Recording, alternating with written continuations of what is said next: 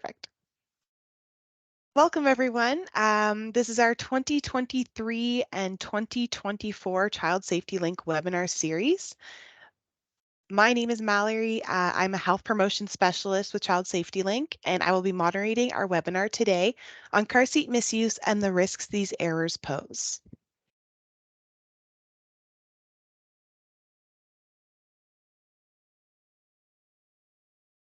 And Catherine, if you could just go to the next slide there. Wonderful. We would like to begin by acknowledging that we are in Mi'kma'ki, the traditional and unceded territory of the Mi'kmaq people. We are all treaty people who benefit greatly from the shared resources of this land, covered by the treaties of peace and friendship. I would also like to address a few housekeeping items before we begin the presentation. First, this presentation will be recorded and available to view after the session. We also ask that you mute your mics and keep your cameras turned off during the presentation. And lastly, if you do have questions during the presentation, if you could please use the Q&A function. There will also be time for questions at the end of the presentation, and you can use your mic to ask questions at that point. So ideally, if you could use the Q&A function rather than the chat function for questions, that would be great, but we will be monitoring both.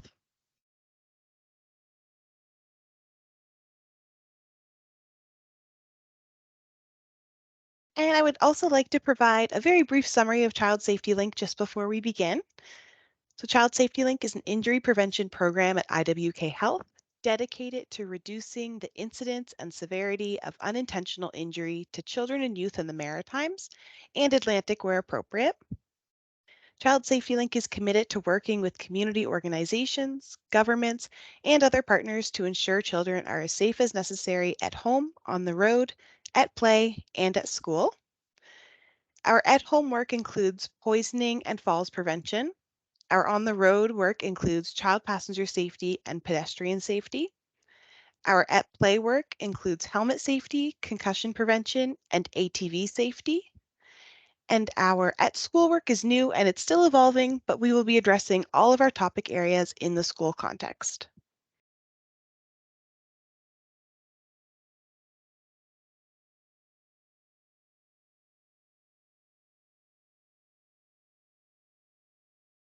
All right, so I'll introduce our presenter today. Katherine Hutka will be presenting, and she's a health promotion specialist with Child Safety Link as well. Katherine coordinates child passenger safety initiatives in the Maritime provinces. She's a child passenger safety technician since 2009 and an instructor trainer since 2017.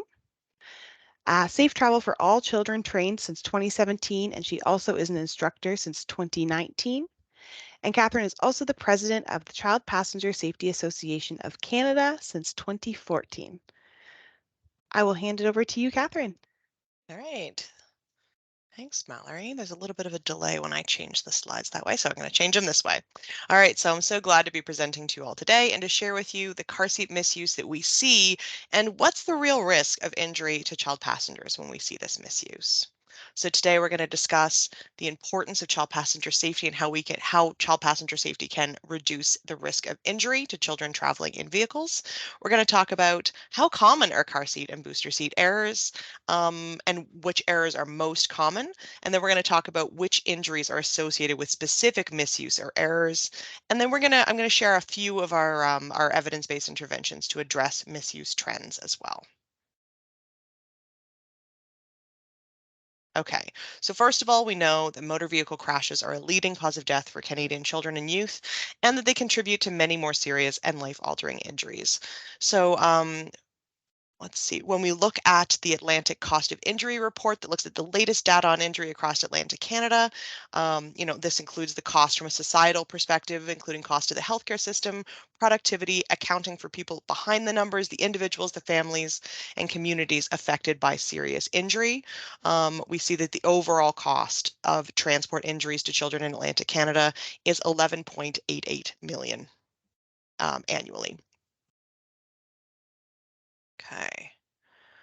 And we also see that on average in Canada, 73 children between the ages of 0 and 14 die each year because of a motor vehicle collision. We also know that the right car seat, when it's used properly, the risk is reduced that a child will be hurt, seriously injured, or killed by up to 70%. So that we know that car seats save lives, we know that booster seats save lives, and we know that injury to children and youth in motor vehicles is preventable. Um, Lives can be saved. So we're going to talk about how we would do that. So how are kiddos riding around in Atlantic Canada? So about 10 years ago, we did a roadside study where people didn't know we were coming and we would stop cars throughout Nova Scotia. It was approximately 1,200 children that we saw over the course of several months. And what we saw was that almost everyone was buckled in some way. And so everyone had, at least that message had stuck, and people didn't find barriers to at least buckling their children. But of those kiddos, we did find that 73% of rear-facing and forward-facing car seats were used incorrectly or installed incorrectly in a key way. And we weren't reading manuals, we weren't, fussing over details. We were looking at the basics, and we're going to talk about what those basics are for being used or installed correctly. So 73% were had an error in some key way. We also saw that 30% of the kiddos who were using a booster seat did not yet weigh 40 pounds. They did not yet meet the legal minimum to use a booster seat or to safely go into a booster seat. And finally, we saw that 52% of children who were riding in an adult seatbelt did not fit safely without a booster seat at that point. So we know that families need support. We know that everyone loves their kids, everyone's doing the best that they can, but they need help to make sure that they get there safely. All right, so from that roadside study, we could see the top 3 errors that caregivers needed support with. So the first was determining the right type of car seat or booster seat for a child's age and stage. Next, we have the correct installation, or sorry, the correct harnessing or buckling of a child in that car seat or booster seat. And then finally, installation, getting that car seat attached correctly to the car. So first, we're going to talk about transitioning through the car seat and booster seat stages too soon as our #1 misuse. And this is something that we've been focusing on a lot over the years. You may have seen our post for Safe Kids Week 2023 last week, talking about these transitions using some of the same imagery. And we've also done a lot of work during Child Passenger Safety Week as well, talking about the right seat. Is your child in the right seat? And by that, we're talking about the right seat for their age, weight, height, and development. All right, so beginning with our rear-facing seat, how does a rear-facing seat work? And so what that does is it's going to provide the best protection for a child's head, neck, and spine in a sudden stop or crash. And how it does that is that all of the occupant protection in a vehicle is protecting against those most common and most commonly fatal types of crashes. And so that is a frontal crash. So your seatbelt, your airbag, the crumple zones, everything in the vehicle is intended to protect against those frontal crashes, because we know that everything in the vehicle is going to move towards that point of impact. And so all children have large heads and weak necks, and they need the support of the recline of a rear-facing seat, and they also need that car seat to catch and cradle their head, neck, and spine in that frontal collision, okay, or a collision that has a frontal aspect to it. And so that's why we know also that toddlers are not little adults, they're big babies, and we want to make sure that infants and toddlers are going to continue to use that rear-facing seat for longer. And so the recommendation is that once a child outgrows their infant seat with a handle, that they move then to a larger rear-facing seat. And I'm going to show you a slide that just shows what would you expect that car seat, how you'd expect that to perform in a collision. So here you can see. So this is a simulated collision. This is a car seat that is properly installed rear facing and a car seat that's properly installed forward facing. And what that looks like in that moment of a collision when that child, or in this case, this dummy, is brought to a full stop, right? Objects in motion are going to stay in motion until they're stopped by something. In this case, the rear-facing child is being stopped, being caught and cradled by the back of the seat that's absorbing that energy. Whereas the child who's forward-facing, the harness is going to slow down their body, but there's nothing that can prevent their head, their neck, their spine, their arms and legs from flying forward in that collision. And so that's how we know that rear-facing car seats are so much more protective over a forward-facing seat. And so that's our first recommendation. Our risk of a child moving to a forward-facing seat too soon is increased injuries to the head, neck, and spine. And you can see that here in this still image. And all of the images that I'm showing here, this particular one was created by Ohio State University. Buckle Up with Brutus is their program, so I just wanted to give credit to that.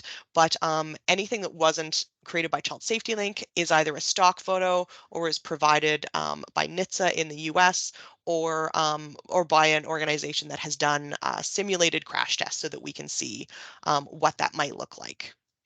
Okay. All right, so then when is it time to move to a forward-facing seat? We want to advise caregivers to keep their child rear-facing for as long as they still fit that larger rear-facing seat, and that we know that children are safest riding rear-facing as long as they still fit that seat. And so that could be until age 2, 3, or even up to age 4 years old. And so we just want to encourage everyone to keep their children in that larger rear-facing seat for longer. Okay, and this is what how a forward-facing seat works. It works to protects the child who's outgrown their larger rear-facing seat, and it uses that 5-point harness to spread the force of a crash over the strongest parts of the body. Okay, so there's some kiddos using forward-facing seats. So then when is it time to move from that forward-facing harnessed seat to a booster seat? And so the big difference between a forward-facing harness seat and a booster seat is that the harness is, it's 5 points of contact over the strongest parts of their body. But the other thing is that in a harness seat, that child isn't going anywhere. They're not responsible for their own safety in the way that they are in a booster seat. Whereas a seatbelt, it has more give. They've got a bit more space. They could move around. They could unbuckle unsafely, if they didn't have the maturity to stay seated. So we want to advise caregivers to keep their child in a 5-point harness until they weigh at least 18 kilograms. That's the minimum to use a booster seat in Canada, or 40 pounds, and they have to be able to sit correctly. And so a child may not have the maturity to stay seated correctly until age 5, 6, or even 7 years old. So what are the risks of moving to a booster seat too soon? So this is a kiddo using the booster seat as intended with the seatbelt in the best place that it can be on her smaller body. The risk is that she is too small and that in a collision that the lower part of her body would slide out and under that lap portion of the belt. It's called submarining, which would result in injuries to her abdomen and spine. So I have a little image here that shows where the proper placement is of a lap belt. And if it does ride up higher over a child's abdomen, that's where it could cause a spinal fracture. Okay, and so that is one of the risks of moving into a booster seat too soon. The other risk is if a child isn't mature enough to properly use a booster seat to be responsible for their own safety, that they might move around, change where the seatbelt fits on their body. This is a high back booster seat that's reminding this child where to sit. If it was a backless booster seat, she'd have a lot more room to move around and to be out of position. So that seatbelt is only going to properly protect that child when it's in the right position, when it's low on her lap, when it's snug across her chest and sitting between her neck and shoulder. If it's out of position, it's no longer on her strongest bones. And so a younger child may not be able to stay seated correctly for the whole ride or might fall asleep and slump out of the seatbelt. And so here is a photo of this same kiddo properly harnessed, and this is what it looks like in various stages of her sitting in a booster seat that she's not mature enough to use yet. And so when we talk about, how is this being used? What do we know about how many children? We talked about the fact that 30%, 40% of kiddos who were using a booster seat in Nova Scotia were not yet old enough or did not weigh 40 pounds to be able to safely use one. So we also know there was an observational study in Philadelphia where they took a look at 50 child passengers between the ages of 5 and 8, and they observed those who were in a forward-facing seat with a harness or in a belt positioning booster seat. And so what they observed was that the children who are riding in a harness, they rode in the harness and they had no kind of restraint errors. They stayed in position. They didn't unbuckle themselves. And the children who were riding in booster seats were observed to have multiple errors during a brief simulated trip. So, and the youngest participants, who were 4-year-olds, on average spent 67% of the drive inappropriately restrained. And so inappropriate looks like these 4 photos with the X across, or it may look like even unbuckling. And so they did determine that children ages 5 to 8 overall spent 70% of the time properly restrained and seated, and the rest of the time they were improperly restrained, and that was just on a short trip. And so it's important to make sure that children don't move into that booster seat before they're developmentally ready to sit properly on the whole ride. And so some of the risks of moving to a booster seat too soon include increased injuries to the head, neck, and spine, increased abdominal injuries, and increased risk of partial ejection due to misuse. So this is just a stock photo. I just wanted to kind of show how common it is to see kiddos who are too young. These kiddos have fallen asleep in their seats, and this shoulder harness is no longer on this child's strongest bones, and they have slumped down so that the lap belt is up higher on their belly as well. Okay. So this is what a booster seat looks like when it's properly used. Again, that lap and shoulder belt, the booster seat is properly positioning it so that it sits on the child's strongest bones. And again, they have to be at least 40 pounds and able to sit correctly to use one safely. Okay, so our next transition is that booster seat to seat belt. So we know that a child is safest using a booster seat until they're at least 145 centimeters or 4 feet 9 inches tall and can properly fit the adult seat belt. And if a child does not yet fit the adult seat belt correctly without a booster seat, we want to encourage them to continue to use a booster seat. Okay, and so this is just showing the child is 145 centimeters. So the risks of moving out of a booster seat too soon include increased injuries to the head, neck, and spine. You can see that, with the seatbelt, we're looking for it to fit across this child's strongest bones, low on his hips, staying on his chest and staying between his neck and his shoulder. And this child who's not yet tall enough or big enough or mature enough to sit in an adult seatbelt, that seatbelt has ridden up over their soft belly, and that shoulder belt is now up into their neck. And so you can see it would increase the risk of injuries to the head, neck, and spine, to the abdomen, and altogether these injuries are called seatbelt syndrome because it's that common to see injuries to the abdomen and the head, neck, and spine because of a poor seatbelt fit. This shows what it would look like for a 6-year-old who is using a booster seat and not using a booster seat. This was a simulation done by the Children's Hospital of Philadelphia, just to show how a child who has that booster seat to properly position them, how that lap and shoulder belt does hold them across their strongest bones, and then on the bottom without the booster seat, how that lap belt rides up, and you can see where it ends up on that child's body, or I should say on the simulated computer programmed dummy's body. Okay. All right, so how common is this? So the risks of a child moving out of a booster seat too soon, we saw, and here are some stock photos of just children sitting in seatbelts. You can see this in any sitcom. You can see it in stock photos for insurance ads and car ads. Kiddos who are using that seatbelt too soon, and you can see where it's placed on their body now that you know what to look for.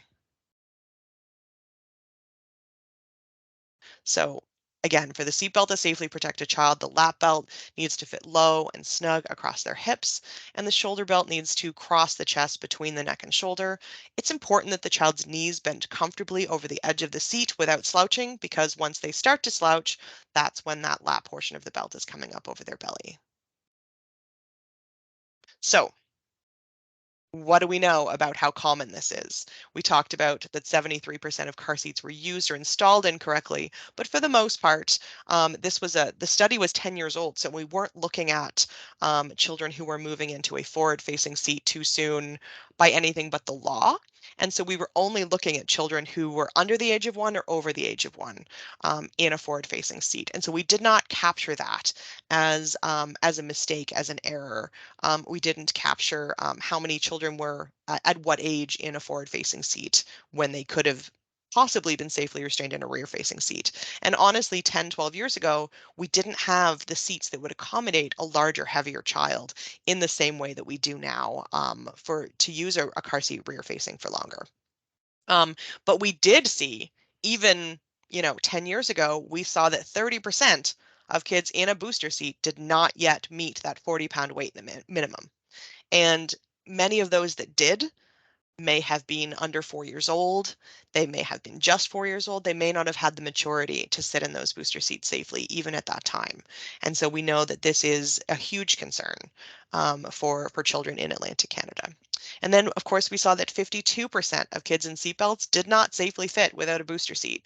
And so that's the number of children who are at risk for those kinds of injuries that they needed to have a booster seat would have changed the way that seatbelt fit in a way that could directly impact that child's health and safety in a collision.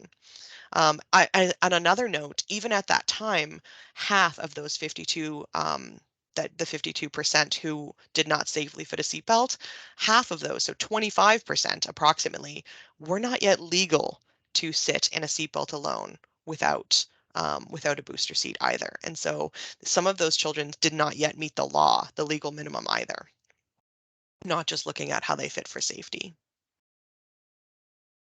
Okay.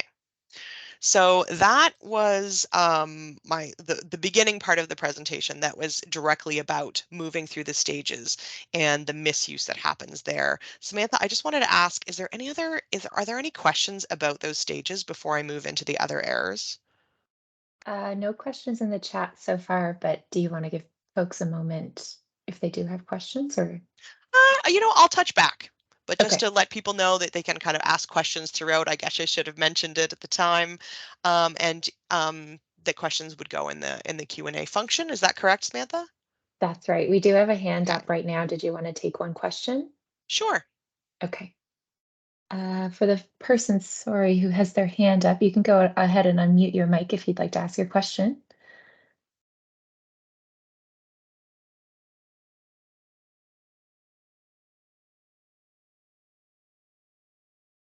That's all right. We can come back to Okay, it. sure. Okay, perfect. And you can type it in the chat or the Q&A, or rather the Q&A. Okay, perfect. All right, so I'm going to move on to our second big area of misuse, and that's harness misuse for a harnessed car seat. Okay, so what does correct harnessing look like? So what we want to see is we want to see the straps coming out of holes either at or below a child's shoulders when that child is rear facing, or at or above when they're forward facing. We want to see the harness flat with no twists. We want to see the chest clip at armpit level. That chest clip's job is to keep those shoulder straps correctly positioned over a child's shoulders.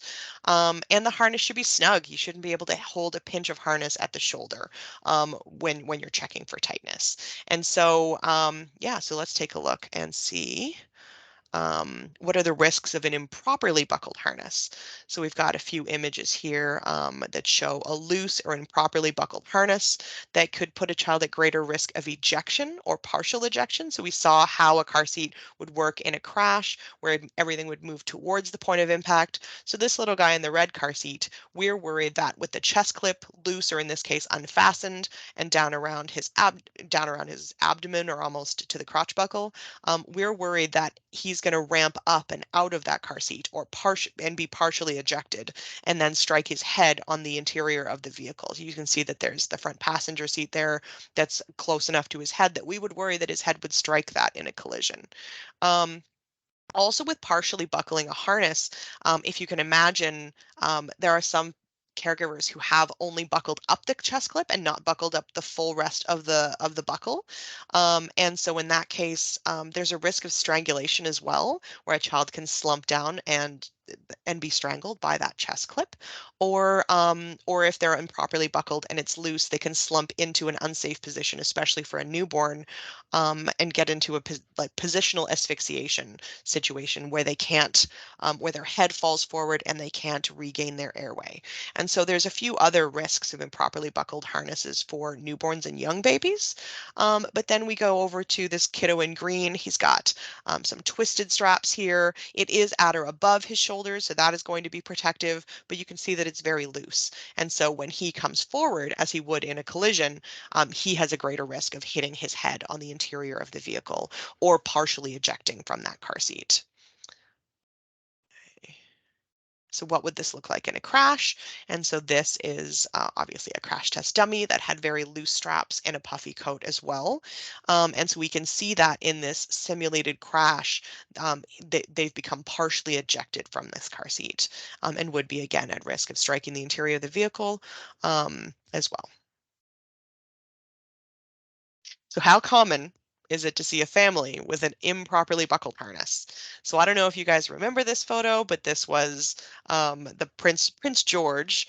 This was a very famous couple and a very famous baby who, they had every opportunity and probably few barriers to buckling their kiddo correctly, and yet you can see how this child would be at risk in a collision, right? He's swaddled, his arms are up and out. You can see that the straps aren't safely over his shoulders, and that the harness is very loose. There's no chest clip because this is a European car seat, so we won't go there, but I just thought it was a good example of, it's the first thing that comes up when you Google car seat misuse. And so I thought it was important to show that this isn't just common with the families that we might work with, families who come from countries that don't have seatbelt laws.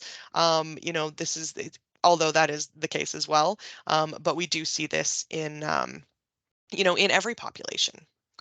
So I also wanted to talk to you guys a bit about some observations that we made in January and February. Mallory and I were privileged to go to take a look and to offer some car seat help at the unattached newborn clinics that have been happening within HRM. And so together we observed and we talked to, and we got permission to share from several families over the course of 3 days. And what we observed in those 3 days, and we wanted to note that these were all families of newborns. Okay, so all of the families had a newborn. They had just been discharged, all of them from the IWK. And the IWK has a really great policy so that every family who leaves the IWK gets an information session, an education session, support, hands-on support to make sure that they know that their child is in the right seat, that it's a safe seat, how to properly buckle their child, and then a little bit about how to install it in the car. And even with these families having had that education session, we still found that 48% of these families had a loose harness for their newborn. 44% had a chest clip that needed some adjustment. So either that it was, mostly that it was too low. And if you had the harness routed incorrectly, and so this could look like it going under their legs or behind their back or something like that. So this kiddo, again, his arms are up, so it's not fully over his arms. It was something like that. So we did see that there was a few out of the ones that we observed that had the harness routed incorrectly even then. I will also note that that those families, many of them were newcomer families. Many of them were more vulnerable than your typical population, in that they didn't have a family doctor. And many had at least one parent who was born in a country outside of Canada. Which again can put you at risk because many countries outside of Canada don't have car seats, don't have car seat laws, and so it just depends on where you're from, how great the risk is that you may not know about car seats, and so education is very important. And I also wanted to note that nearly all of those families, the very first time in their pregnancy, that anyone had ever talked to them about a car seat was at the IWK after delivery. And so I think that's a pretty important something to note. And I also wanted to say that these errors were consistent with what we saw in the observational roadside study as well.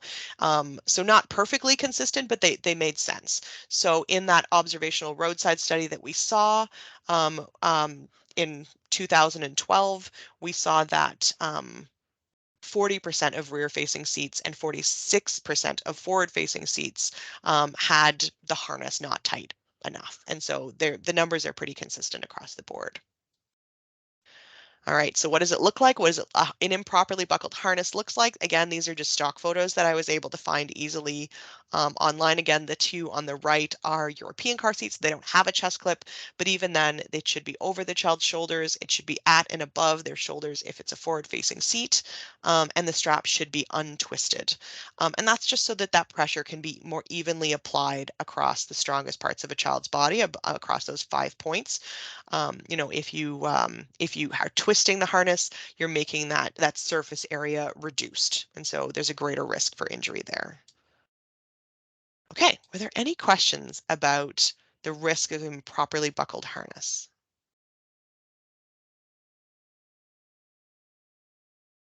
Catherine, there's just a question in the chat box here, I believe about the first section. So just Sure. looking to clarify, at what age can a child be to move to a booster seat? Right. And so in order to move to a booster seat, we want to make sure that a child weighs at least 40 pounds and has the maturity to sit correctly. And so when we talk about what that maturity looks like, we saw our kiddo here who, not to make you guys dizzy to zip back a little bit, but we saw this kiddo who was not mature enough to sit there. And so most booster seats will have a minimum age on them of age 4. And so we never want to see a child younger than 4 years old in a booster seat. But children also need to have the maturity to sit correctly, and that maturity is rare before age 5. And some kids might be 6 or 7 before they're safe to move into a booster seat. Sometimes when I talk to families, I say, when you are holding your hand and walking along a sidewalk, and you have to hold your child's hand because if you let go even for a moment, they could dash into traffic, then they still need to be in a harnessed seat. If you can walk along beside them, let go of their hand for a little bit, trust that they're going to walk beside you. They're not going to dart out into traffic. They're not going to put the seatbelt behind their back. They're not going to unbuckle. They're not going to open the door. They're not going to fall asleep and slump completely out. Then that is when they could be ready for a booster seat. I also talk to families about it being, similar to potty learning, where it's not just one day all of a sudden you're in a booster seat. It's something that you can practice. You can take short trips. You can teach your child how to use a booster seat, and you can still save the forward-facing harness seat as long as they still fit it for things like for longer trips. Any other questions? That's all for now if you want to keep going. Perfect. I'll just zip back a little bit. Okay, through our harness misuse. All right, so now we're going to talk a little bit about incorrect installation and this particular misuse. So what does a correctly installed car seat look like? So we want to see a car seat that's tightly attached to the car using either the lower anchors, the strap that came with the car seat, the little clips, or the seatbelt. Either is safe as long as it's used correctly. And if you use the seatbelt, it has to be locked in some way. And if you're using the straps, it has to be tightened as well. And so it needs to be tight. And how tight should it be? When you give that car seat a firm handshake, it should move less than an inch where it's attached to the car. It can move at other parts of the seat, but where it's attached to the car, we want it to move less than an inch of movement side to side or front to back. And additionally, the tether is required on all forward-facing seats, and that's kind of off to the right here, as you can see. And we're going to talk about how that tether reduces the risk of injury as well in forward-facing seats. So what are the risks of an improperly installed seat? So a loose or improperly installed car seat does put a child at greater risk of ejection or partial ejection in a crash and striking the interior of a vehicle in a crash or even being ejected from the vehicle. So here we have an image of a child who is in a rear facing only car seat. So this should be facing the back of the car, and it has just been kind of placed on the vehicle seat and had a seatbelt wrapped around it. And so this child has now been placed in a rear-facing only car seat in a forward-facing position and not in any of the belt paths. You can see here there's a little, if this was facing the other way, this seatbelt would be caught underneath this belt path, but as it stands, it's just really wrapped around the car seat. And we do see this. It's not uncommon. So another misuse that we see is just simply not attaching and tightening that tether on a forward-facing car seat. And so what that looks like in a crash is this. And so you can see how in a collision, this is what's holding the car seat into the car. It's the seatbelt, or in this case, the UAS strap that's tightly attached. but the tether is holding the top part of the car seat back so that this child's head doesn't move as far forward. And when you look down here without the tether, this whole forward-facing car seat is rotating around where it's attached to the car with the seatbelt or the UAS strap. And so without this tether, that child's head moves that much further forward. And although this is a simulation, in a real vehicle, there would be another seat back right here. And this child would be at risk of injuries to their head, to their neck, to their spine, to their legs, as they're going to flick out and strike this vehicle seat ahead of them. And so again, the risk is of ejection or partial ejection, of striking the interior of the vehicle, and then this misuse of the tether can increase the distance of the child's head moves by 4 to 6 inches, which could mean the difference between no injury or a traumatic brain injury. So here is, we've got this dad who is attaching the tether here. And how common is this? So in the 2012 roadside observational study, we did find that 30% of forward-facing seats were not using the tether. And so that contributed to the fact that 36% of those forward-facing seats were not tightly secured to the vehicle either. And so 36%, it adds up. Okay. And in general, 32% of rear-facing seats were not tightly secured to the vehicle. So when Mallory and I went and observed some newborns at this unattached newborn clinic, what did we see? We did see that of those families who consented to let us come and take a look in their car and help them at that level, we saw that 43% were installed too loose or needed tightening. And so that was a little greater than it was, 10 years ago and what we were looking at. The other big error that we saw with the installation when we went to the car is that we saw that 70% of these car seats that contained a newborn or a child who was less than a month old had an improper installation angle. And so there's an angle that all car seats are meant to be installed at. It can vary car seat to car seat, but generally it's around 45 degrees. We're going to always follow the car seat's angle indicator to make sure that we're using the correct angle in the vehicle, but 70% of these seats did not have the correct angle. And what that meant was they were much more upright. And so the risk was concerning as a newborn needs a reclined position to maintain their open airway. And so we had a lot of concerns about this. And again, this is just a stock photo that I grabbed um, from Google this morning, but this is the sort of position that we saw many of these newborns in, and that was 70% of the kiddos that we saw over the course of 3 days. And so we know that parents, families, caregivers need more support to support, proper installation of their car seats as well. And I wanted to include these slides because they didn't really kind of come up in the course of like when we looked at the studies of what we're observing, but there's other kinds of misuse or non-use that are also concerning. And so here we see a mom who is riding a child on her lap. Maybe she's restrained and the child is unrestrained on her lap, or in this case, she has wrapped part of the seatbelt around the child as well. We have a child sitting, a very young child sitting just in the seatbelt alone. And where would we see these? In a taxi, in a, possibly in a rideshare vehicle where we know in Nova Scotia particularly, there's nothing preventing, there's no ticket that could be issued if a family did choose to ride in a taxi or a rideshare vehicle this way. Though if anyone's attending from Newfoundland, you guys have corrected that problem in that there, or at least addressed it by not having an exemption for car seats, seatbelt use for children under the age of 16 in a rideshare vehicle or a taxi. And so they are required in Newfoundland. And so they could be required everywhere. Just kind of a bit of a food for thought there. But we know that the laws of physics still apply in a taxi or a rideshare vehicle. We know that the risks to a child in a rideshare vehicle are the same as they are in any passenger car. They're not like public transit, even though a taxi is considered a part of a public transit system. It's not a transit bus, it's not a ferry, it's not a train, it is a passenger vehicle. And so, this sort of non-use is something to consider as well. And then you can see also a child misusing a seatbelt where she's got the shoulder belt tucked behind her back. It's also not uncommon. And then a child who has fallen asleep on a long road trip, perhaps, who is laying down across the seat. Also not something that's uncommon, although we don't have stats for those particular methods of non-use. There's only one other thing I wanted to say while looking at this slide, and that is recent numbers came out from the US in concerns to those children who were fatally injured in a car crash. And children under the age of 14, 40% of those who were killed in a car crash were considered unrestrained at the time of the collision.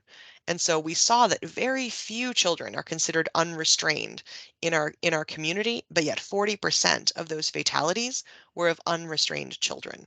And so, if there's one message that we can take away today, it's that all children, should be restrained, must be restrained on every ride at every time, no exceptions. So that includes, short trips to down the street. That includes, carpooling and having an extra child in your car who you didn't expect. And that includes taking a taxi as well. And so we want to make sure that every child is properly restrained on every ride. Okay. And I know I don't have a lot of time left, but I just wanted to share some of the resources I have. Are there any questions so far yet, Mallory or Samantha? No other questions now. It has been brought to my attention that the Q&A function is not working properly. So if you do Oh, have great. questions, we can pop them in the chat and we'll monitor that as well. Thanks for attending our first webinar of the 2023-2024 series. Okay, so these are just some evidence-based interventions that we have. I do have resources to support newcomer families. We have resources in 9 languages so far, with a few more coming in September. And so we have them in English, Arabic, French, Mi'kmaq, Simplified Chinese, Nepalese, Somali, Swahili, and Tigrinya. And we're going to be adding Dari, Farsi, and we do have the print resource for Ukrainian and Russian already up on the website. So these resources, the website is there on the bottom. They include a poster with multiple languages in French or English, a short educational video, a print resource, and the poster does have the QR code that leads them to that website as well. We do have a booster seat lesson plan. So this is another evidence-based intervention. It is part of the Nova Scotia curriculum for grade 2. It's been put on their website. It is a 20 to 30-minute intervention. It's well received by children in schools where, and people don't need to be trained as child passenger safety technicians. They just need to be knowledgeable in how a booster seat works. We have tons of resources for that, print resources that we can send you for free that you can order. And this was designed for grades 1 to 3. And again, there is evidence at that link that show that it is an effective way to increase booster seat use in a school population. We have a roadside checkpoint toolkit. This would require that people are trained as child passenger safety technicians, that they can be hands-on and able to help parents and families at the roadside. But it also includes a lot of other partners, family resource centers, and especially police services as well, and RCMP. So this is a toolkit that can help you have a roadside checkpoint in your own community, and police and the general community are receptive to roadside checks, especially those that are proactively promoting child passenger safety. So again, not one that's for a research study. It doesn't have to be a secret. In fact, you're reaching more people if you advertise that, we're going to be checking to see if you are, properly restrained within the law. Here's some resources. And so there's lots of information in that toolkit, and it can be found on our website, and there's the address where it can be found. We do have resources to support First Nations as well. So that's that similar resource, the Is Your Child in the Right Seat? We also have this in English, French, and Mi'kmaq, and we're developing it into Wolastoqey for September as well. And there is the link to those resources, as well as posters in Mi'kmaq, English, and French. Here are some other resources for families. We have our car seat postcard. I print them by the 20,000. Feel free to order as many as you need. We do have, other helpful videos on YouTube and on our website as well, how to choose and use your car seat. There's a print resource here for a fact sheet for every age and stage. Getting started, is this car seat safe to use? And also the Loving Care series that goes out to all families in Nova Scotia and New Brunswick does have a 15-page insert called A Parent's Guide to Car Seats. And we have social media as well, website, we have a website, Facebook, Twitter, YouTube, and now Instagram, where we share tips, we share fact sheets. If there's something that you wish we were sharing that we aren't sharing yet, something that you're seeing in your community, please feel free to drop me an email and I will create, for the most part, we'll work together to figure out if that's a resource I already have or if this is something that I can create for you. So we talked a little bit about training. So there's a few different training options that are available. And so there is a training available for all those who transport children. It is free in Atlantic, Canada, due to a partnership with Child Safety Link and the Child Passenger Safety Association of Canada. It's an online on-demand training program that's 2.5 hours. My email's at the bottom if that's something that sounds like it's a good fit for your organization. We also offer child passenger safety technician training. It's 3.5 days. It's available several times a year. I've just done 2 in HRM, one in East Preston and one in, where was I the week? Oh, in Lower Sackville. And then I'm headed to New Brunswick to do a training, the 3.5 day training in Rothesay, New Brunswick, next week as well. And we are looking for those who want to host this training in the fall. So if this is something that you want for your community, please feel free to drop me an email and we can figure out how to work together on that. And in addition to that, I do have a 2-day safe travel for all children training that I'm able to instruct as well. It's unique. It is available once a year in New Brunswick and once a year in Nova Scotia at this time. And I'm also going to go to New Brunswick to teach that as well. And so what that is it talks about using standard car seats for children with special healthcare needs that may affect their transportation needs, or adaptive car seats and booster seats and car beds and things like that for again children who need an adaptive product to be transported safely. So if you know of a family who has a kid who can't sit up or a kid who can't sit down and you feel like they need some help in the car, that's something that you can reach out to me for as well, and the IWK and also occupational therapists across Atlantic Canada are becoming better trained and able to support those families to make sure that they have a safe option as well.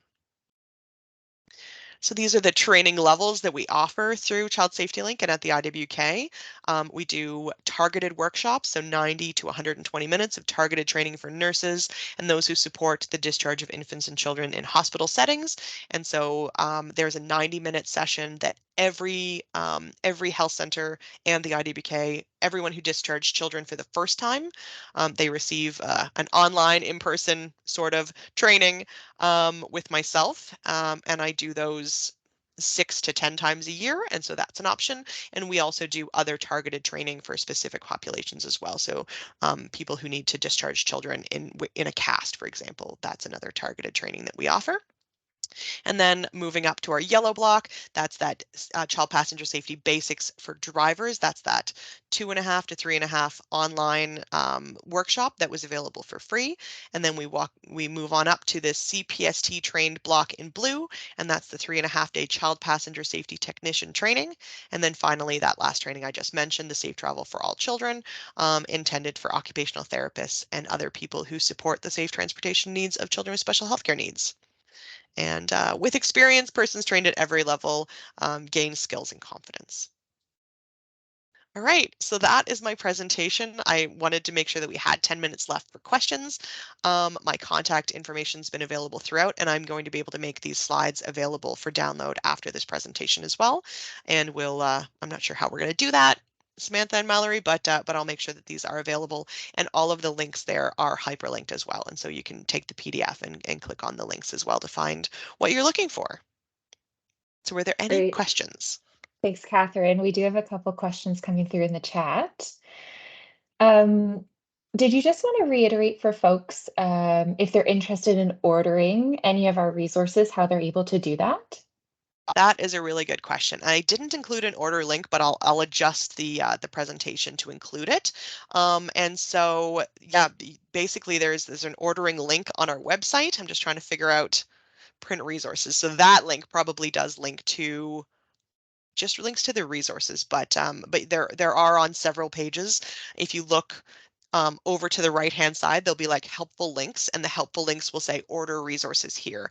And so again, all of our print resources that we offer are free in Atlantic Canada, so you can order what you need. And yeah, so we do have some print resources that we can send you. Great. Tracy is asking in the chat, is it preferred to use the latch clips over using the vehicle seatbelt to secure a car seat? It's a really good question. And so both are equally safe. It's really a parent's preference. And so however they've already installed it is usually how I'm going to teach them to install it together. The lower anchors, the latch clips, the UIS strap was just invented to be an easier way to install a car seat. And sometimes it is, and sometimes it isn't. And so the only thing to note is that there is a weight limit on that lower anchor strap on that latch system on the UAS system. And so over a certain weight, which is usually 65 pounds of combined child plus car seat weight, then you would move to a seat belt. And so I usually talk to parents and families. I let them choose either until we've kind of come up on that older child who is in a forward-facing harness seat and is coming up on that weight maximum. And then we might talk about moving towards a seatbelt installation, just so that we don't have to worry about that weight restriction. But either is safe if used correctly. And yeah, and we don't talk about using them together because but it's one or the other that they've tested it to. Great, thank you. There's no other questions in the chat. Do we have anyone that would prefer to unmute and ask a question, or we'll give a minute if anyone is typing and wants to add something to the chat. We still have a few more minutes for questions.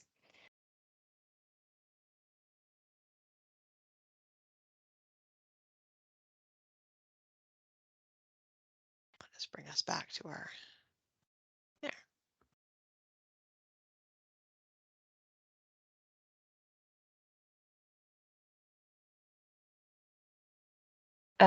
Catherine, Jason just asked in the chat, is the 2.5-hour training for safe travel available to us? I'm guessing he's saying available to, I'm not sure who he's referring to by us. Jason, do you want to clarify?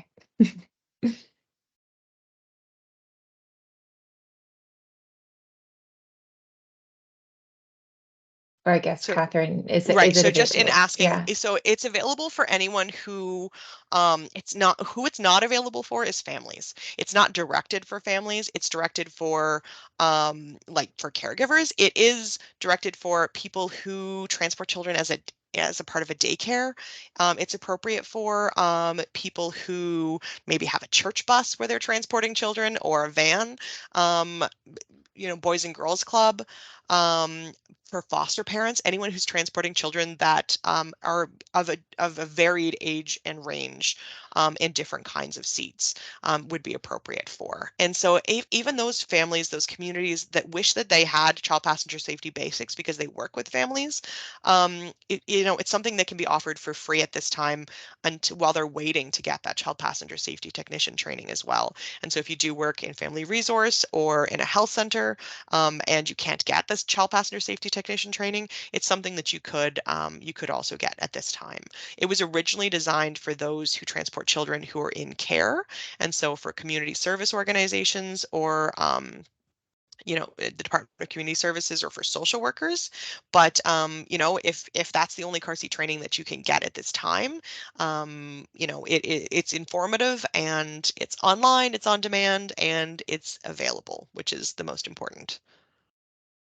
Great. Jason, I hope that answers your question. If it's still unclear, just leave us a note in the chat and we can follow up with you. We just have one more question, Catherine. I think we have time for it. From Courtney.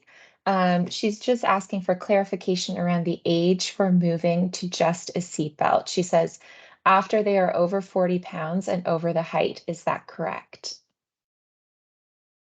To just a seatbelt? To Okay, just a so 40 seatbelt. pounds was moving to a booster seat. All right, close your eyes, guys. It's going to get dizzy. I'm going to go back. And so when it comes to moving from the booster seat to a seatbelt, we want to make sure that a child, its height really is what we're looking for. We're looking for 145 centimeters or 4 feet 9 inches tall, which is pretty tall. So we want to make sure that a child's that their bottom and back fit all the way against the vehicle seat, their knees bent comfortably over the edge, that lap belt stays low on their pelvis, and that shoulder belt stays between their neck and shoulder. And so right now in Nova Scotia, it's age 9. In PEI, it's age 10 for when they will no longer get a ticket if they're using a seatbelt without a booster seat. But we know that most children aren't yet 4 feet 9 inches tall until sometime between 10 and 12. And so there's no like one age that they have to, that they, are totally able to move safely to a seatbelt. It's really height and belt fit. And I will say that some kiddos are able to safely fit in one car before they're able to sit safely in another. So they might still need a booster seat in a different vehicle or even in a different vehicle seating position.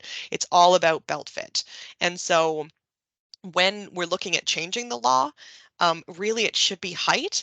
And we know that only 5% of 9-year-olds are 4 feet 9 inches tall. We know that only 5% of 12-year-olds are not yet 4 feet 9 inches tall. And so, I'm looking at all kids under 12 and I want to see that they're, using a booster seat until they're at least 4 feet 9 inches tall. And if you look at, this kiddo, he was 10 at that day. These kiddos were 8 and 9 and 10 in these photos using a booster seat. And the kids that we were able to safely capture a photo of using a seatbelt safely without a booster seat, these kiddos are 12. The boy in the first photo was 10 on that day, and he didn't safely fit in the adult seatbelt in most of the vehicles that we had on the day of that photo shoot. We had to put him in a vehicle that had a really short seat, and that it was short and it was had like a short seat depth so that we could get a photo of him properly fitting in that adult seatbelt. And so really we're looking at age 10 to 12 before moving into the adult seatbelt. Great. Thanks, Catherine. I'm just concerned about time. We have 2 minutes left. Are you able to just very quickly advise where folks can access the lesson plan for grades 1 to 3 before we clue up? Yes, I am. And so it's I'm just going to click back to that slide. It's childsafetylink.ca/teachers is where that should be. I'm just looking for it here. I've gone past. I went too far. There it is. So the link there is at the bottom, childsafetylink.ca/teachers, and my contact information is there as well if you need to contact me. Great. So And did you guys have Karina, oh, oh, go ahead. sorry. Karina, these slides will be shared with you, so you'll have access to that link after this presentation. Thank you so much, Catherine, and thanks everyone for attending the presentation. Just to be mindful of time, we would like to remind you that a recording of this presentation will be available on our website, probably in the next coming days, maybe next week, early next week. If you're not already a member, Child Safety Link would like to invite you to join the link, which is an online community of practice that acts as a catch-all for child injury prevention tools and resources. The link will act as a promotional tool for trainings and events, things like this, a networking tool to connect across sectors, and ultimately to bridge the gap between key interested parties. The community of practice is different from our website and social media pages as it is specifically designed for the professionals who support families and are passionate about children's injury prevention. So all attendees who are not already members will receive an invitation to join the link in the coming days. Lastly, we would like to promote our future webinars. Our next webinar will be taking place in the fall with the date to be determined, and 2 more webinars are in the works for early 2024. All of the information for that will be posted to our community of practice, so once you're a member, you'll get exclusive information there. And just to wrap up, thank you again for attending. Please feel free to reach out with any questions you may have for either Catherine or myself, and we hope to see you in the fall at our next webinar.